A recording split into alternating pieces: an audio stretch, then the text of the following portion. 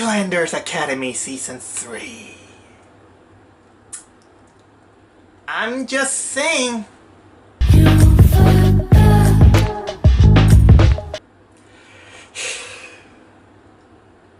Let's get this over with.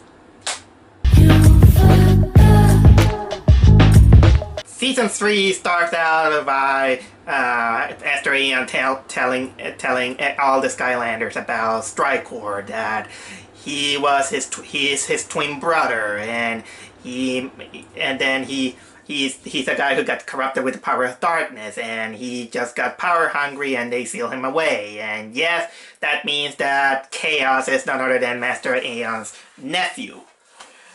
And so everyone. So technically, they were talking about last season's finale, and they were talking about having to prioritize to save Chaos and Spyro, because Spyro turned into Dark Spyro. Chaos is with Strikor. But my biggest concern is that they talk very little about CYNDER. Oh, boy. Just leave it like that. I'll leave it like that, and boy, that you're gonna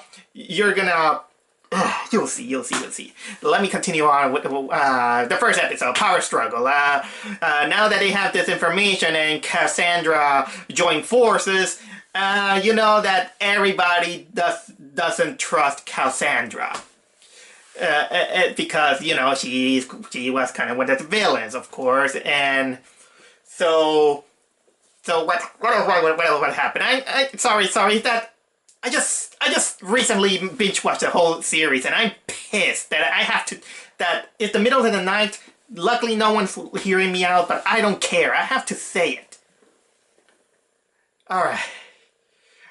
The thing is that the episode has that Strikor orders Chaos and Dark Spyro to capture Kingpin, who he knows where is the MacGuffin of the season is, which is none other than the Fist of Archeon. The Fist of what was it? You know what? Let me fit. I have this.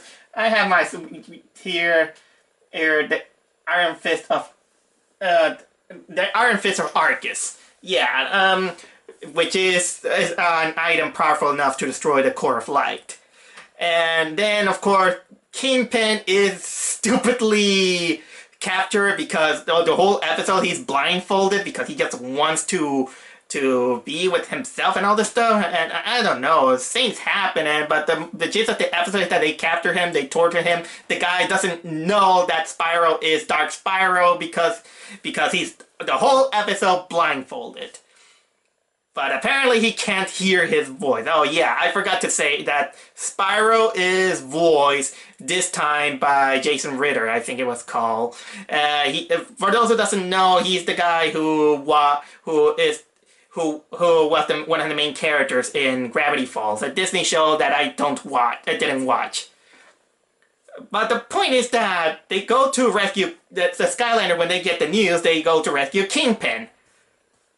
And of course, they bring out Cassandra because she knows the whereabouts of the lair and all this stuff, but they still don't trust her. And the only character who tries to put some trust into her is Stealth Elf, because apparently the director really wants to kiss her feet, and trust me that this whole season they kiss her feet. Yada.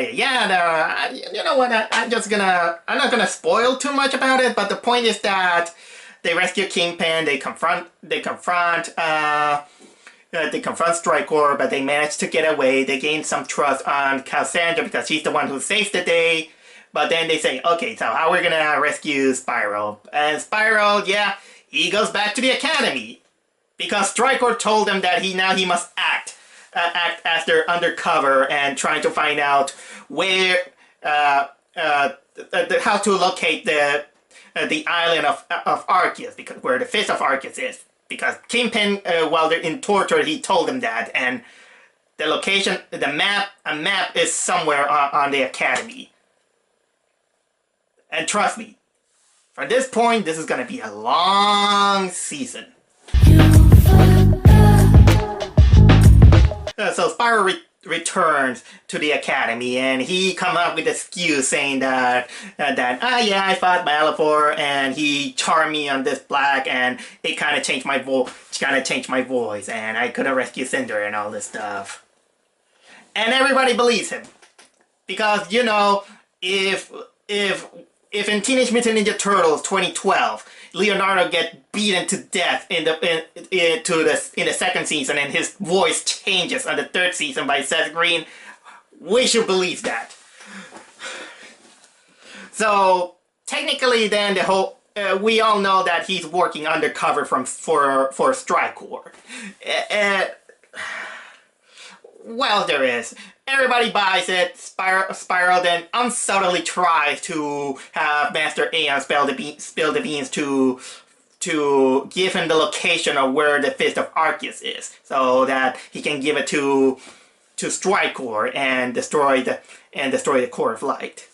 And technically, this episode kind of divides itself a little bit, kind of like going into the typical Skylanders episode. But still on my mind, I'm still thinking that you guys are taking it a little bit too chill. Don't you think you have one of your cadets being a prisoner with one of the most evil dragons in the world? I'm sorry, I couldn't take that off of my mind. And no one even bats an eye of this.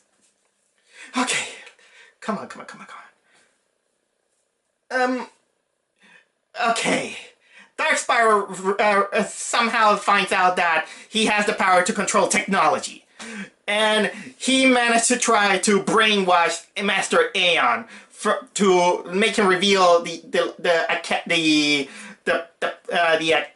location of the Fist of Arceus, because he just wanted to kind of hypnotize the technology to make them spill out the truths and all this stuff. But unfortunately, because they wanted to make it like a comedy, they just have every other Skylander except for Master Aeon just talk about the fifth. Talk about, how can I say, the truths, other truths, like for example, hey, I kind of used your toothbrush on your toilet or something like that. But that makes Spyro, feel fearful about this, because Strikecore tries to always pressure him on doing something like that. But also we got a little bit of a B plot in which Cassandra tries to ask Master Aeon a way to save Chaos, because she technically is fond of her, despite that she didn't treat him very well, because she's technically a little bit evil, and Chaos is kind of evil. But so technically what happened is that Cassandra wanted to check on Chaos, and she snucks in a changeling potion to turn herself into Strikecore to spend some time with Chaos, who apparently Chaos wants to spend some quality time with his father, Strikecore, but Strikecore being evil, he dismissed him. And well, we get a scene in which Cassandra, disguised as Strikecore, tries to bond with Chaos, and it kind of works. Even though she tries to make Chaos go for the side of good this time. She wants him to be a good person. This kind of contradicts a little bit the video game, because in the video game, Cassandra was technically evil. Okay, but whatever. They have two different continuities. But lo and behold, Dark Spyro couldn't get answer from that. And also Chaos, when he realizes that his father is back to, wasn't his father, of course, because, and some cartoon shenanigan that there is, he finds a space airship. And he decided that in order to gain the respect from his father, he's gonna find the map to the island of Arceus for himself. And he goes away. And this time without Glumshanks, because Glumshanks is on, apparently, house arrest from Strikecore. Okay, episode 3. Are we gonna rescue Cinder? No! Nope! Apparently they have the priority to go to an award ceremony for maybe they'll do it in the next episode. Okay. In this one, they got the Skylanders get they have an award ceremony in which it parodied the Oscar, and then after they hear an explosion, and most of the Skylanders except for Spyro / Dark Spyro, they want to investigate who was it, and the one who tagged along is none other than our favorite Austrian Skylander, Kaboom. And the whole episode is that these Stealth Elf, Pop Fist, Jetpack, and Eruptor, they feel so confident on their ability, and they diss Kaboom just because he's a guard. And most of the time, they go to certain clues about who is the perpetrator, who is apparently bombing putting bombs all over the academy. And Kaboom is kind of like the only guy who has the voice of reason, saying that, hey, I know the answer here. But nobody wants to hear him because, I don't know, they think that he's kind of like this guy here or there. Meanwhile, Dark Spyro, he tries to go to the relics room where he could find the answer to find the map to the Fist of Arceus. But of course, he finds Aeon and Cassandra discussing some ridiculous stuff, and at that point, I kind of begin to feel that probably Dark Spyro, maybe they give him a little bit more common sense than the lovable yet jerkish Spyro that I kind of love. So he kind of becomes a mediator between these two, who are apparently they're fighting for which is the best route to go to. I don't remember, some fruity place or something like that. I don't remember until he finds out that the only way to that probably he can kill two birds in one stone by subject them into hypnotherapy. So he picks up a book. He hypnotizes them, but of course every time they get caught up with a word jumble because apparently the word map of Arceus is too difficult to pronounce. But I'll give it this. There is a kind of like a joke that it kind of worries me, in which Dark Spyro tells Aeon that he wants the map of Arceus, but apparently he kind of thinks that he asked for a carpet. And yeah, he asked for the carpet, and funnily enough, the carpet looks exactly like the magic carpet from Aladdin. And yeah, it's alive and all this stuff. Is it really? What's my imagination? Oh, I hope Disney doesn't see this, because Disney's gonna sue your ass. But let me wrap this up, because I don't want to keep on with this vent anger that I have. They kind of realize that all these traps that they've been going all around. It was all a distraction, and Kaboom was kind of like the only guy who knew about it, and he's kind of like the guy who has a lot of common sense. He said, "Dude, these bombs are not real. They're all something to lure you."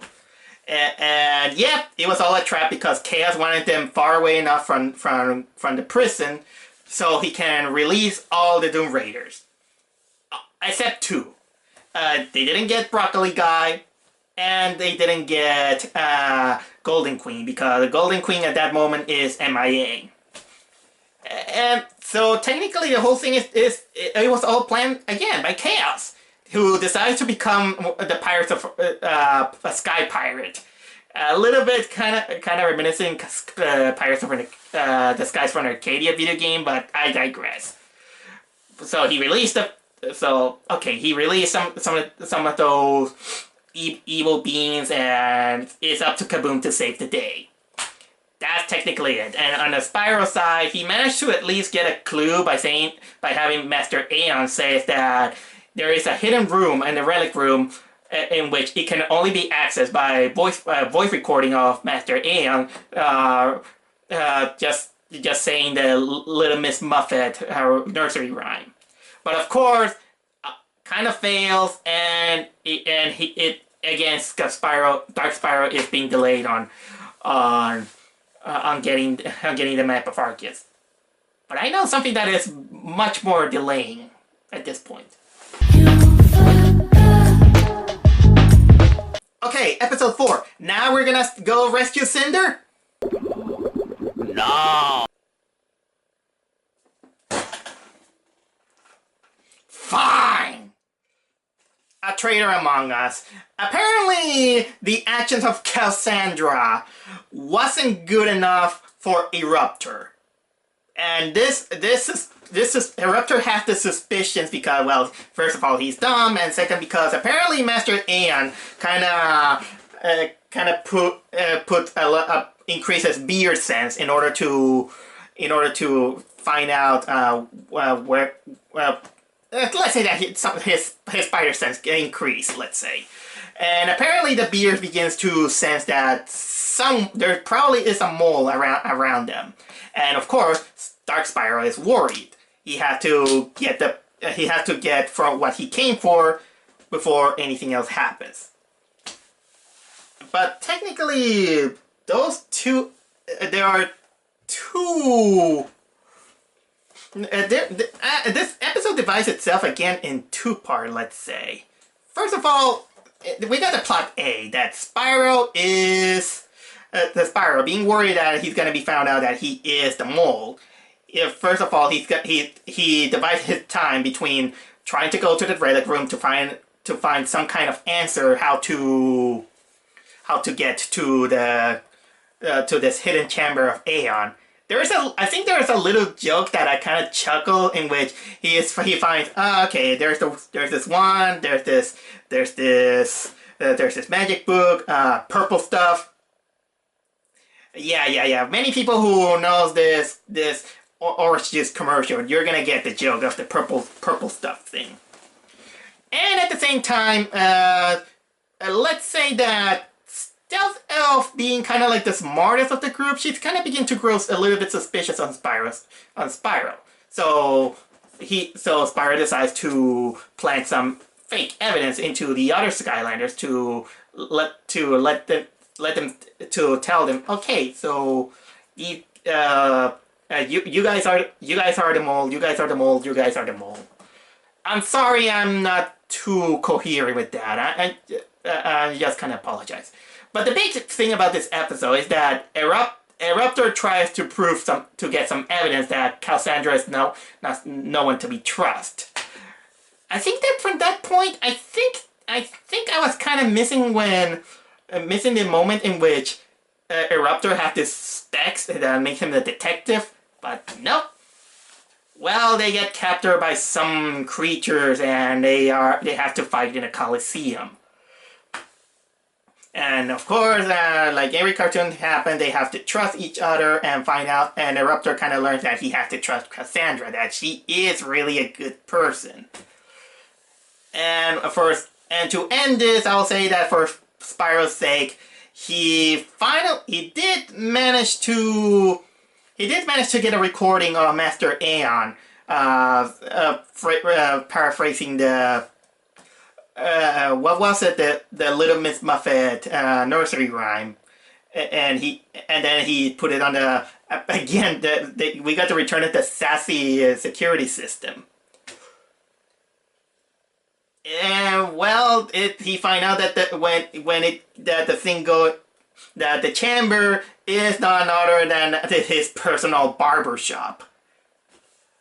So poor Dark Spyro is frustrated, but then he finds in the book that the map is actually inside a cube, in which it was teased in the episode, but at least he find out where the map is. The only problem is that it is a puzzle box. How he's gonna open it? Episode 5. Can we now go rescue Cinder? No.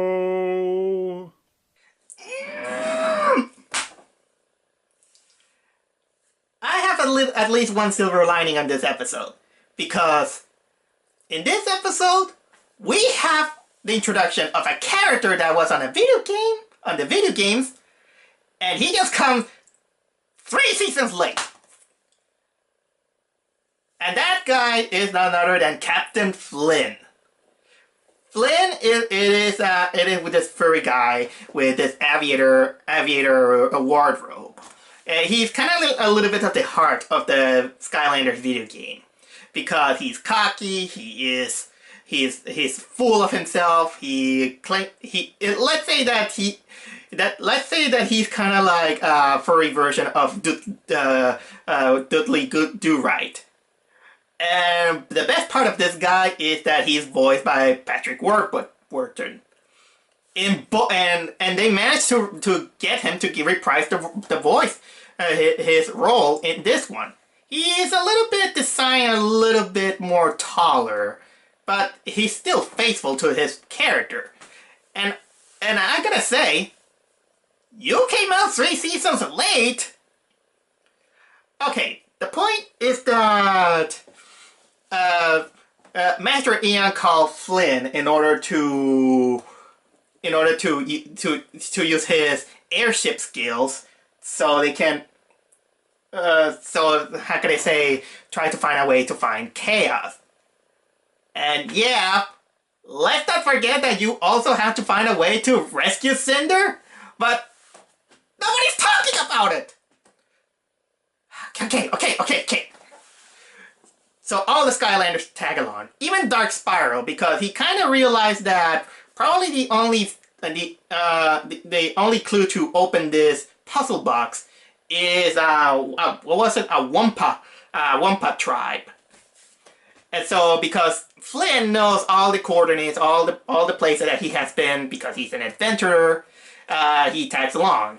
And when during their travels, Captain Flynn, he how can I say? He tells how can I say what was it I was saying? Oh yeah, he tells Spyro that there's probably the coordinates of that island on his log. But of course, because shenanigans happen, they land on an island and they're captured by what was this fist guy enemy that I kind of forgot the name. And technically the whole thing is because they are kind of get sick of Captain Flynn's hotshot personality. And in a way, it shows that he is both bumbling and heroic at the same time. And that part, I gotta admit, that I like that. Too bad that it's 3 seasons late, and too bad that he is probably in the worst of the moments. Oh, and there's also this kind of running gag in which involve that nobody kind of noticed Pop Fizz. Pop Fizz kind of appears, and there you're like, oh, there you are, I haven't seen you there. Really? Okay, whatever. Nobody noticed that he was living in the basement for how many times there is. But of course, it kind of also opens a little bit of a subplot in this again, in which while the other Skylanders are captured, Pop Fizz, he is adored as a god by some creatures. But of course, they just want to feed him to a volcano. That's technically much what I can say. And unfortunately, this whole fiasco, it was all for nothing, even for Dark Spyro, because the log was destroyed during the whole process. And everyone kind of learns that Flynn, he is as reliable as you can ever be, despite his bumbling personality. Which is very charismatic. I give it that. But of course, they have to, during the whole thing, Stealth Elf still begins to suspect Spyro, and in order to get rid of her for a couple of days, he just said, "Hey, Stealth Elf is gonna accompany Flynn to refuel the airship." And so against her will, Flynn takes stealth elf to a 3-day trip to get fuel. I wish he could take her forever. Can we now go rescue CYNDER? Nope, nope, nope, nope, nope, nope. That's a whole lot of nope.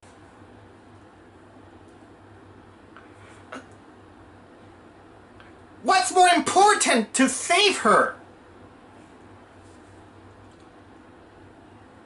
Passing an inspection? Why?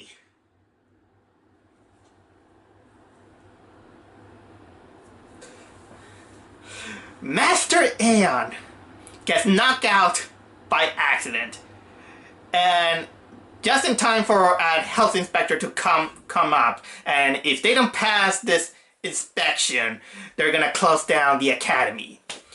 In order to fix that, Sprocket invents an invention where two people can enter Master Aeon's head and control him. Kind of like this SpongeBob episode that I don't remember the name. Oh wait! I think I have it here. Yeah, the episode You Snooze, You Lose. Oh yeah, the one kind of like I think it was the one where Plankton controls SpongeBob and from the inside. Yeah, kind of like that, except that instead of one person controlling a person, it's two person controlling one person. Even though I don't know why it needed two people. Probably because I don't know. They say that they're trying to imitate the logic of Jaeger from Pacific Rim, in which two people can control it.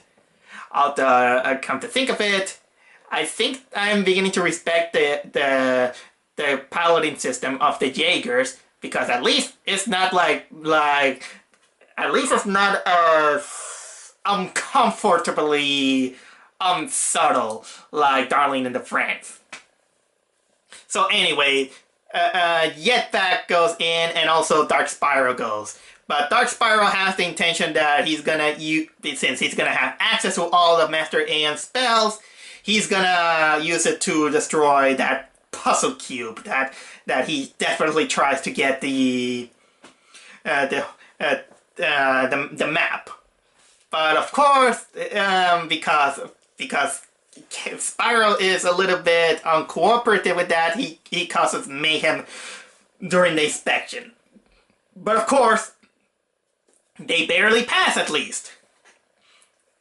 And unfortunately, while they were trying to get back to normal, unfortunately, the Golden Queen, who finally released herself from her from the orb that she was encased in the last season, she comes, she attacks, and it destroys the machine, the Sprocket's machine, in order to have Spiral and Jetpack back. That's technically the A plot, and there's also the B plot, in which we finally get to see what was Chaos doing in his parroting years, in which he has the Doom Raiders on his command, but they are reluctant on his command because they think Chaos is an idiot. Let's not forget that they kind of forgot that Chaos has the power of Strike and all this stuff. I'll get to that just in case. But in his B plot, is that they go to an island where they can pick a treasure. But little did he know is that the treasure is filled with this purple chompies, which it infested the whole thing. And technically, that's all I have to say about this one.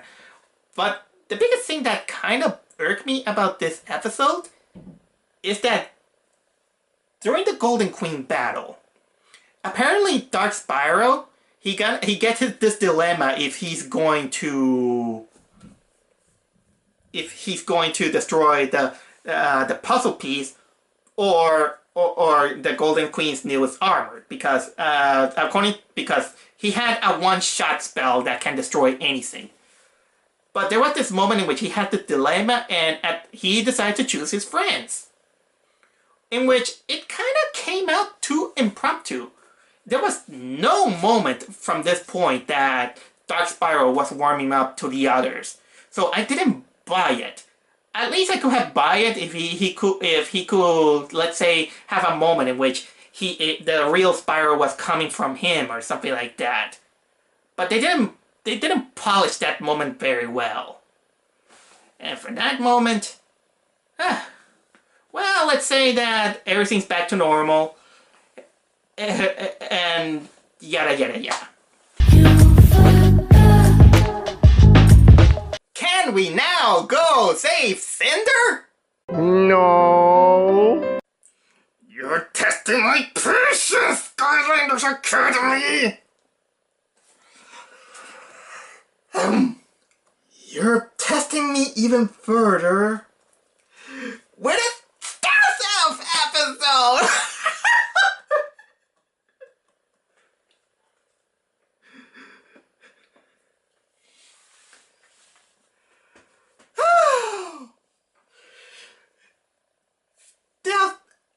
Stealth Elf still suspicious of Spyro.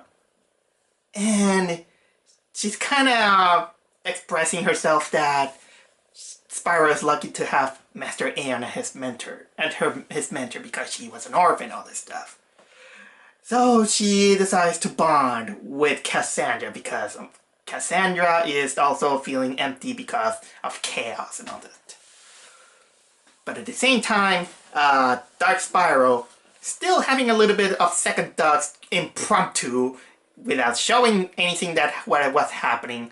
So Striker, in order to prove his loyalty, he orders him to jinx Stealth Elf's bracelet in order to turn her evil.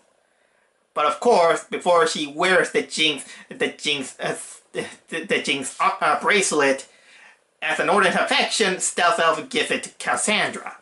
And this makes Cassandra go nuts in between evil and non-evil, and she begins to even, for some reason, give her some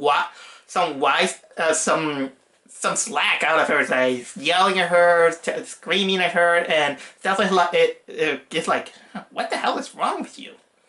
And they do it at the same time while they're trying to go on a mission that I kind of forget what they were doing, but they go to this ride, and apparently Stealth Elf tells Cassandra that she's technically kind of suspecting Spyro, and nonchalantly Cassandra tells him that she must trust her instinct. And honestly, she's right. She was giving her good advice.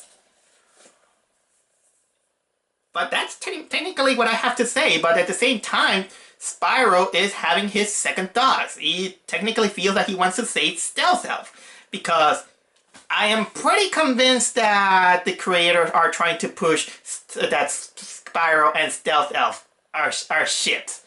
I'm kind of convinced of that, and honestly, I don't want that.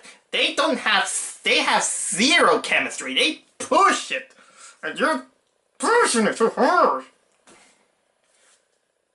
and which is weird, because it's funny how Stealth Elf is kind of yearning for a mentor, kind of like Cassandra, when the closest thing to her was Ningini. You forgot about her?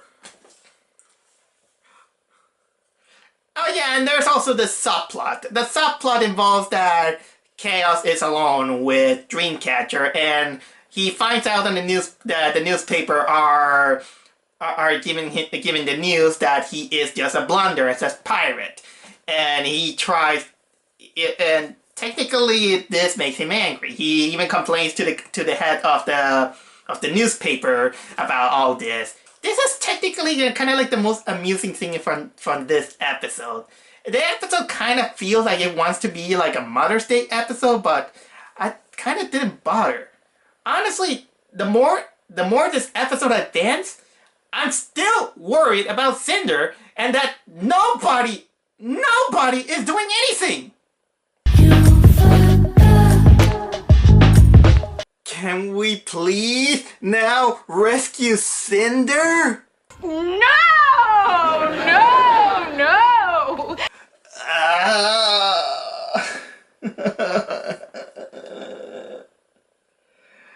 And we got an episode. A simple-minded episode. Murder mystery episode. This murder mystery episode. It all starts out in which Hugo and then Jetpack, of course, finds out that Master Ian apparently has been turned into dust by a disintegrator gun and all this stuff. And the only suspects are none other than Eruptor, Stealth Elf, and Dark Spiral / Stark Spiral. At this point, I begin to kind of get bothered with Dark Spiral because we've been holding it for a long time, and he's kind of. I kind of begin to see why Dark Spiral cannot be used too much, because his color scheme kind of didn't bother. It kind of bothered me, and I kind of begin to realize that the voice actor, while good in his own right, he's not as charming as Justin Long's as Spiral.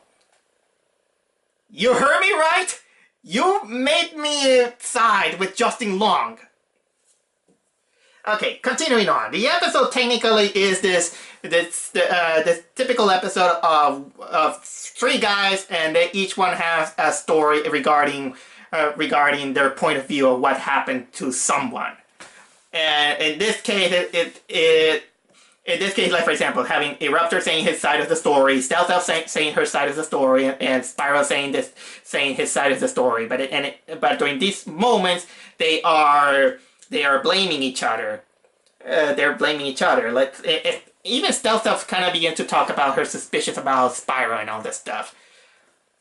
But technically, the episode doesn't go too far on Spiral's betrayal, let's say, because it's this typical episode. I'm repeating a lot because a man that I'm kind of frustrated about that. But lo and behold, it is proven that Master Aeon is alive. Everything was a misunderstanding, so on and so on. I just don't feel talk about much. There's also the B plot where Chaos he's given another chance by the Doom Raider that doesn't trust him, and things get worse when they get hungry. That is when they let Chaos go to survey an island where there is this guy with sheep herders of some kind, and he gives them apparently what it feels like the map to the island of our Chaos. And well, it goes without saying that it wasn't. It wasn't. Let's just say this. It wasn't. I've seen these kind of episodes before. Something fell down from here. Sorry about that. I saw these kind of episodes. Some were good, some were bad. Probably the best kind of episode about the perspective of three characters from one mystery is from this cartoon show called Skunk Fu. What I love about this episode on Skunk Fu is that they took the liberty to create different art styles. In this one, they didn't. We only get to see some let's say personalities of the other character. Like for example, Eruptor is kind of afraid of horror movies. Stealth Elf and her ninja training, and Dark Spiral doing cleaning duties. The only thing that kind of happens at the end is that during the video there was kind of like a small conversation between Spiral and Strikor, and he just erases the data before anyone sees it. But yeah, apparently it feels kind of wrong to see Dark Spiral feeling something for the Skylanders when it kind of felt like it didn't earn that. It didn't show too much about that bonding. So I think that the direction went kind of wrong on this one, and I kind of believe in that productions wise there was something wrong in the show. Now are we ready to rescue CYNDER? Of course not. No, God! No, God, please, no! No! No! No! Because Spyro is busy trying to open this puzzle box, and Eruptor is busy with, I think it is a homework or something like that. Both are having difficulty in their own thing, and apparently the answer is apparently with the Wumpa, with going to have answer from a Wumpa, or someone who is a resident from the Wumpa Island, something like that. I kind of didn't pay attention to that because I was still enraged of what is going on from the whole season. But the thing is that they need Crash Bandicoot. But Crash Bandicoot, he was sent to another dimension. So the only way to go there is to time travel. And apparently Jetpack has this technically useful yet dangerous thingamajig that looks like a remote controller that lets them go back in time. So they went back in time to the episode of Crash Bandicoot. This time voiced by the original, another voice actor, because the director, I think it was Eric Rogers, he's gone. And technically they go back in time and so he can give them the answer of both the problem with the Raptor and both the problem with Spyro. Because he belongs to that, because Crash belongs to that to that tribe apparently, even though he's a Bandicoot, and so on. But little that they know is that they have to be careful because, you know, it has the rules of Life is Strange and the rules of Butterfly Effect. Yep, but unfortunately somehow it all went into cahoots. Because let's say something that they made a little bit of an improvement of Crash Bandicoot's personality, because they almost got there. They almost made him crazy, but apparently they still didn't want to get rid of the Crocodile Dundee thing. Okay. So, because Eruptor stepped a flower, and when they get back in time, they had Crash go back to their own time. This affected timelines. And apparently they changed it enough to live in a world where the Skylanders are defeated by none other than the King. King Glumshanks. Yep, Glumshanks is the villain on this one, because apparently in their timeline during the Crash Bandicoot episode, Glumshanks, having enough of being tortured by chaos, he grabs the book and gets powers. So he becomes powerful enough to become king and destroy everyone. He managed to even capture the Skylanders and Master Aeon and have Cassandra and Chaos become his servant. And in a way, we get this subplot in which Chaos is actually kind of good. He kind of becomes more humble in a way.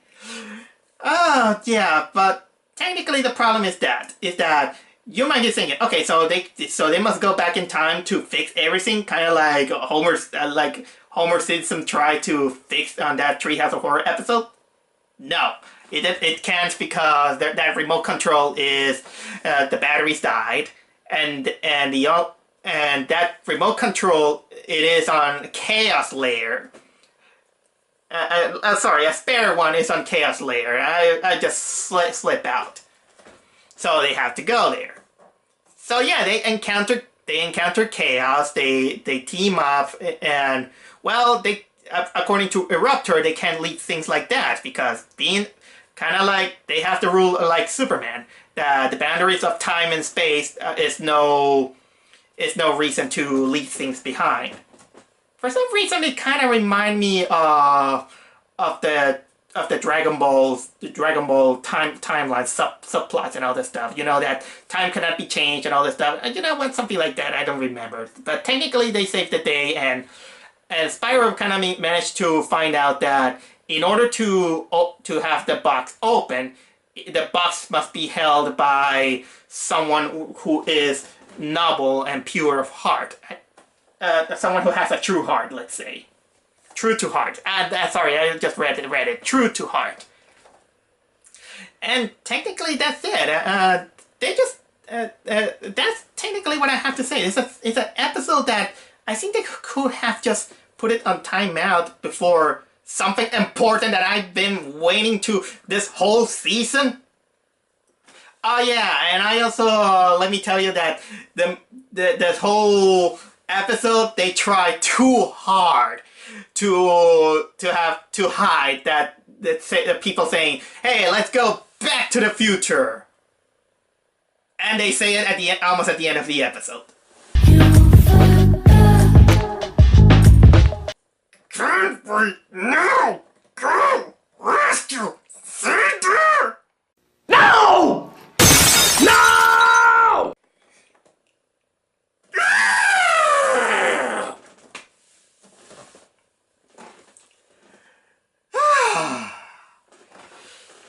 Chaos!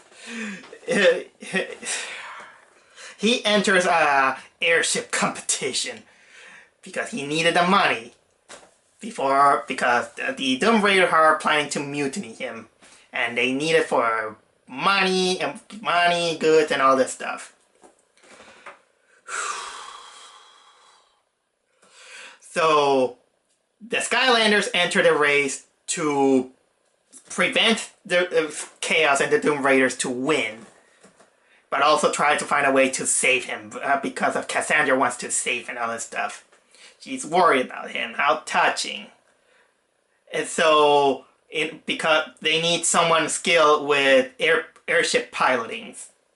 And they take none other than Flynn. And the whole thing, it kind of, the race kind of butts themselves in it, because we have this plot in which Flynn and Jetpack butt heads about how leadership should be. I mean, Jetpack want to be kind, not too considerate with the others, and Flynn, he's more like strict to the point, a little bit harsh on the others, and so they make them butt heads, and of course those two ways of leadership skills kind of doesn't work, and it makes them go. It puts them into second place, last place from the race, and all this stuff. In ways, it kind of reminds me of that American Dad episode where Stan and Francine they decide to see what's the better way to raise Steve, the son. So yeah, it is the one that they made a clone of Steve, so each one can raise him. One is stricter, and the other one more kindly. And you get to see that it doesn't work in both ways. You have to make a balance between strict and nagging, because if you're too nagging, it becomes a slob. If you become strict, well, let's say that you turn into a psychopath. Well, it didn't go that far on the Skyline. On this episode of the Skylands, they just say that, well, if you do that, they might feel tired, or they might feel too too comfortable, let's say, to make a good job. But during the whole thing, Dark Spiral, I'm getting confused with all these two. Dark Spiral, he is finally having his second thought. I don't know why. Well, it didn't build it up very well in that thing. But Striker is getting tired. And especially because the Dark Spiral can't find a way to open that box. He tries to sweet talk the box during the whole episode, but it doesn't work, because like I said, it can only be opened with someone true to heart. What a convenient way to open the box now that I think about it. But anyway, during the whole crisis, finally, Dark Spyro decides to rebel against Strikor. But Stealth Elf finally sees that he was the traitor all along, and we got this battle, and Strikor this time decides to amplify Spyro's darkness so he can truly become the evil guy that he was. But of course, he did manage to save Stealth Elf, and because of his noble cause, the box finally opens. But unfortunately, the box opens with the map, and unfortunately, it was during that time in which Chaos, despite winning the race, he was mutinied by the Doom Raiders, and while he was falling, he lands on the Skylanders airship, and he gets the map to the island of Chaos. So now Chaos has the map. He goes over there, and the Skylanders, they finally realize that Spyro was not his usual self. It took them 10 episodes. But you know what took them so long, more than 10 episodes? Well, you know what I mean.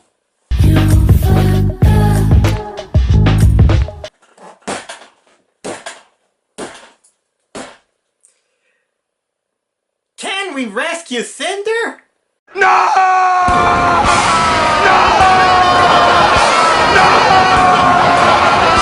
No. But I'll give this a pass. At least they have a priority to go to. And that is to find a way to rescue Spyro from being all dark. And the solution is to none other than create a potion, and they need one ingredient. They need the venom of a fire viper. So the Skylander must go there to extract one of the venom of that fire viper. And technically, the episode also wanted to give this a chance to Hugo. But everyone's like, yeah, I think you're not capable for it. And lo and behold, they go to the death of the Fire Viper. And the Fire Viper, apparently he has a family with a wife and a son who is wearing this cap. He's wearing his cap backwards. Long story short, the Skylanders get captured and Hugo has to save the day. And I know that I went too quick on the plot, but trust me that was only half of the episode. Just half of the episode. It's almost like they wanted 2 episodes, but they wanted to mesh it into one. I'll get to that why. Because there's also this subplot in which Chaos finally Strikor decides to build his army of darkness, and the way he created his army of darkness is none other than making clones of Glumshanks. And at first, Glumshanks is happy, but at the same time, but then later he gets frustrated when he realizes that too many Glumshanks, all of them are sarcastic, all of them are just pompous, and he's like, you know what, maybe this wasn't such a good idea. But of course, Chaos returns, he gives Strikor the map, but of course, Strikor double-crosses Chaos and sends him into an underwater water prison. But then, here's the part that I will give it credit, because this is technically probably what I could say, the one of 2 of the best parts of this episode. No, not this episode, of this season. Number 1. Finally, they managed to give Spyro the potion, and we got the purple dragon that we already love. But it didn't eliminate the darkness for him, no. It split him. So we got Spyro versus Dark Spyro, and man, that the battle was great. If I have something good to say about this whole Season 3 bullshit, is that the battle of Spyro and Dark Spyro was great. The action was amazing. The battle was amazing. The choreography was great.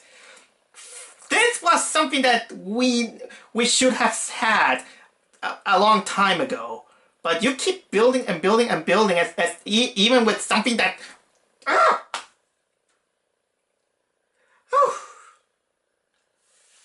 But at the end, Spyro kills Dark Spyro. Yeah, it kills him. But who cares? Spyro, the old Spyro, is finally back. Can we now rescue CYNDER? Yes. Ah! What do you say? Yes. Fucking finally! Oh dear. SWAT team hostage rescue missions doesn't take long as this. I'm serious, because they mentioned that they don't go to her rescue for months. Months.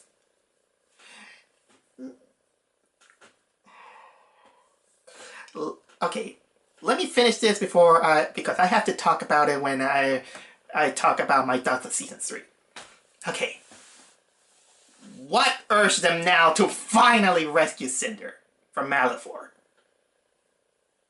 The thing is that now that Striker knows the location of the island of Archaeos with the fist of Archaeos.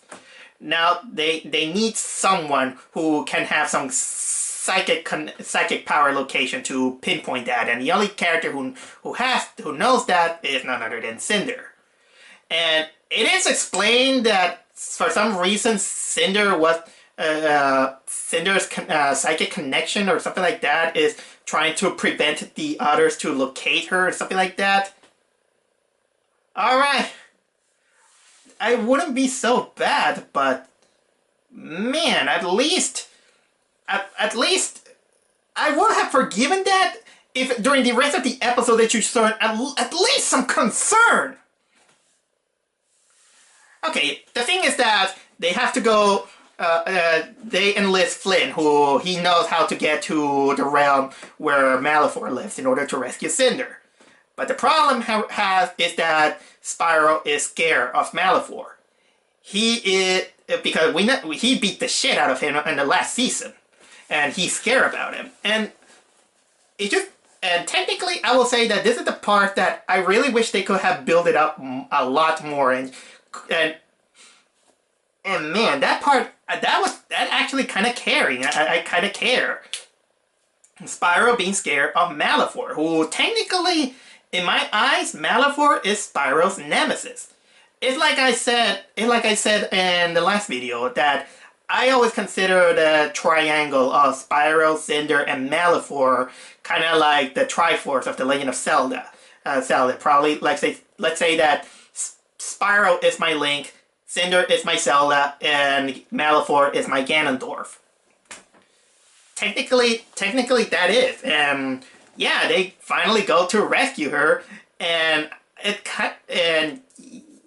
for a character who was captured for months, she feels okay. She even told them that they have to run away. But of course, Malifor is there, and Spyro has to. He admits that he was scared of him, and they tell him that he has to confront his fears. That actually gave Spyro the idea that in order to defeat Malifor and finally rescue CYNDER, he has to trick Malifor that he's still siding with Strikewar, because he doesn't know. Malifor doesn't know that Spyro is not loyal to Strikewar anymore. But long story short, they managed to rescue her, and like I said, only the battle between Spyro and Spyro versus Dark Spyro and the rescue of CYNDER are the only two good things that this season has. But yeah, they rescue her. She's back at the academy, and they need her to pinpoint them to the island of Arceus, in which finally they get there. Oh, there's also kind of like a B plot that it just involves Glumshanks rescuing Chaos from his underground prison. And since Chaos, after memorize the location, he goes there, and all the parties are now in the island. Strikewar is there with the army of Glumshanks, Aeon, Cassandra, the Skylanders, Spyro, CYNDER, all of the party are there. But since this is our one-parter, the episode ends that Chaos managed to get the Fist of Arceus, and he used it to summon this big, ginormous robot. They're in deep trouble, but at least I can breathe with relief that they finally managed to rescue CYNDER. It took them that long! Yes. So we reached the finale where Chaos now is on his way to destroy the Core of Light. But in the meantime, the Skylanders go after him, while Master Aeon, Cassandra, and they both battle against Strikewar. Even Master Aeon managed to share some of his powers to Cassandra because, well, she was powerless and all that. So anyway, what happens is that we get while these three battle, the Skylanders, they go to battle Chaos, who again he's with his giant robots and the Fist of Arceus to destroy the Core of Light. He even managed to have his small revenge on the Doom Raiders, and but Spyro apparently has this plan that he needed help. And he uses Flint's knowledge of the island of the Wompasas, apparently, to get Crash Bandicoot. And not only Crash Bandicoot, they get Coco, that Crash's sister. I gotta admit, at least Coco is faithful to her personality. I kinda like her design, I'll say. But yeah, we get the Skylanders have this huge battle. For some reason, minus CYNDER. I don't know why they cut her off from that, because she was there. She was there. My thought is that probably they don't have the budget to have too many characters in one big battle. That's the power of budget cutting from Netflix. And yeah, they battle Chaos. Like I said, and apparently, yeah, they because, and the bad thing that I can say about this finale is that what was the point of Crash and Coco? What was the point? They just there to just battle. I mean, you could take out Crash Bandicoot and Coco out of this episode, and nothing will change. They just did it probably for marketing or something like that. But that kind of proves that they didn't think well about a substance to the story. But who am I kidding? They dropped the substance ever since they don't try to rescue Cadet in danger for months. There was also this moment in which Cassandra and Aeon, while battling, Strikewar tries to persuade Cassandra to go back to being evil. But they refuse, and they manage to finally banish Strikewar back to his dark realm. Probably to never return, let's say, as they hope. And yeah, the battle with the Skylanders with Chaos Gigantic Machine is totally going cahoots, because Chaos can summon minions. There's also Glumshanks trying to prevent Chaos to destroy the Core of Light, because he knows that he's good in the inside and all this stuff. But Chaos, you know, he He's our villain. He's trying to be as evil as possible. But then, of course, finally Cassandra and Master Aeon get there in time, and they tell him that Stryker wasn't Chaos' father. The real father of Chaos was Master Aeon himself. And they know that Chaos can be good for something. I don't know if they put this plot point out of their butt or something like that. It kind of felt like a little bit of lazy writing came up there, or for some convenience or something like that, because right now I'm so frustrated to put into pieces. If you have comments that I would like to discuss and while my head is refreshed, let me know. But anyway, Chaos did want to prove that he's evil. He almost destroys the Core of Light, but a shenanigan between Coco and Pop Fizz with a boomerang, it made Chaos almost tip over and destroy the Core of Light.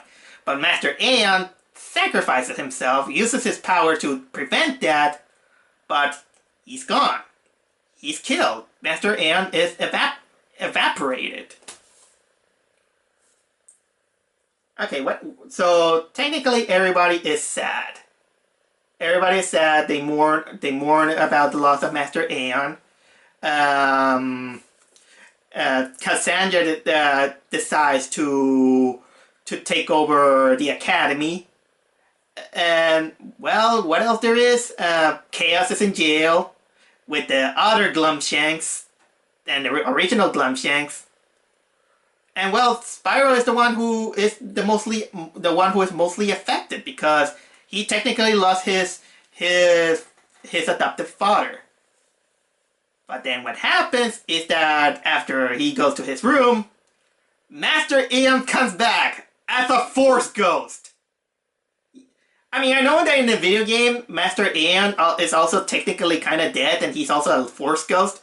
But man, he's there as a Force Ghost. Spyro gets freaked out for a moment, and finally Master Aeon says that, "Hey Spyro, now that I am a Force Ghost and I can go to do many things that many celestial beings can do, we can finally go find your parents, find your family. But that means you have to leave the academy.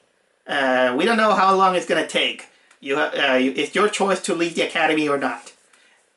But Spyro accepts, and both Master Aeon and Spyro, they go into their long journey. Not before Spyro say goodbye to the whole team by making his cloud writing saying "Skylanders forever." Does that mean that the series is over for good?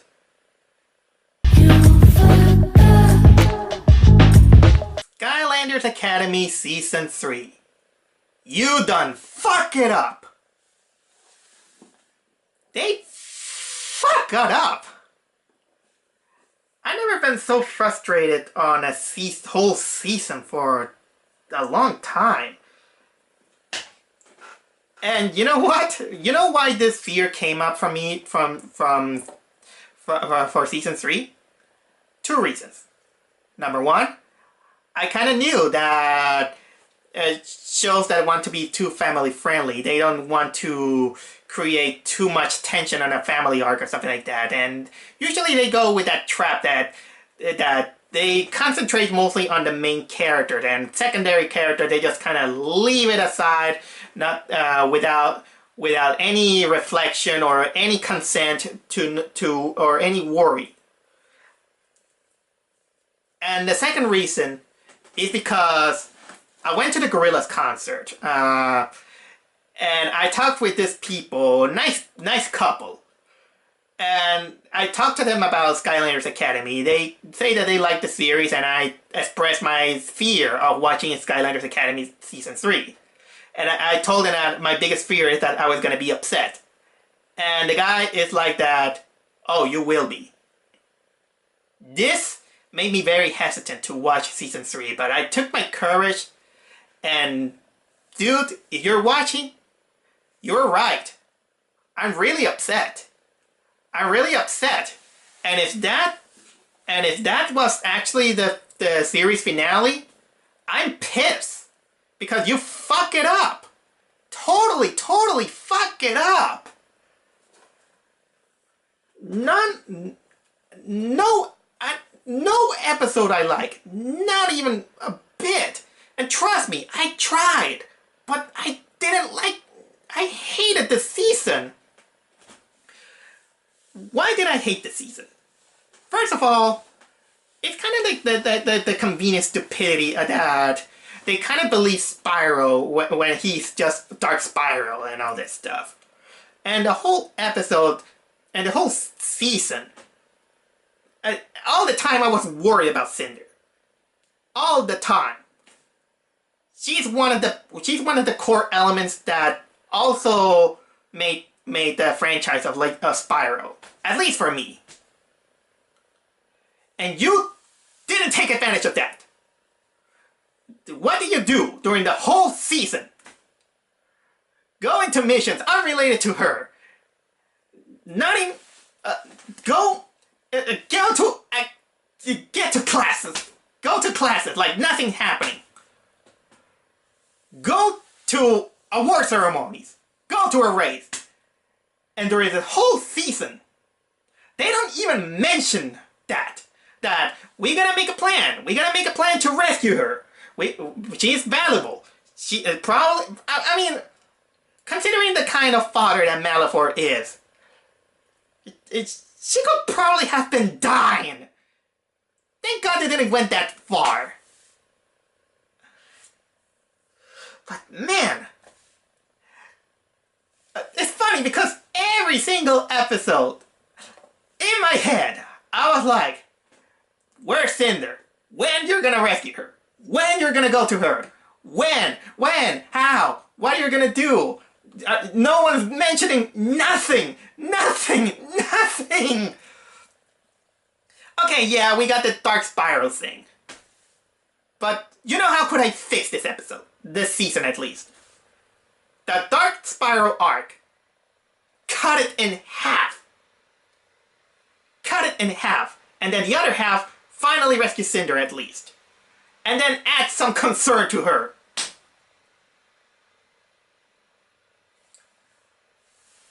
And then we got this ending. An ending that they brought Crash Bandicoot and Coco for no discernible reason. And now that I think of it, no cadets. None of the cadets have their own episode. Not all of the other cadets. Probably the only other Skylander that actually took some notice is Kaboom. This was a shitty season now that I think about it. And what time is it? Look, it's 2:40 in the morning. Glad that no one is here to listen me scream. Because after watching the season, I was so pissed off that I just had to make this video. I'm gonna sound very incoherent. I apologize. But Skylanders Academy, you fuck it up. You fuck it up big time. If there's a season 4, please fix that. Please fix it.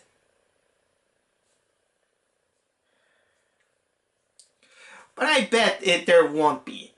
There's no news about Netflix opening a season 3 episode or something like that. You have to live with it.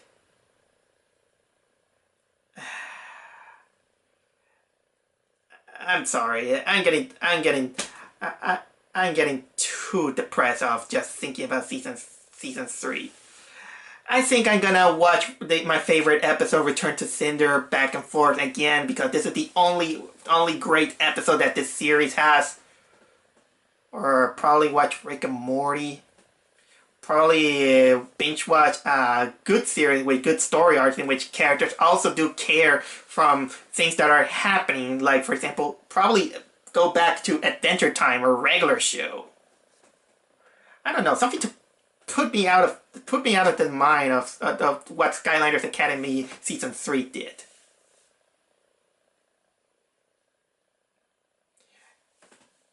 That's it. I'm done. I'm done talking.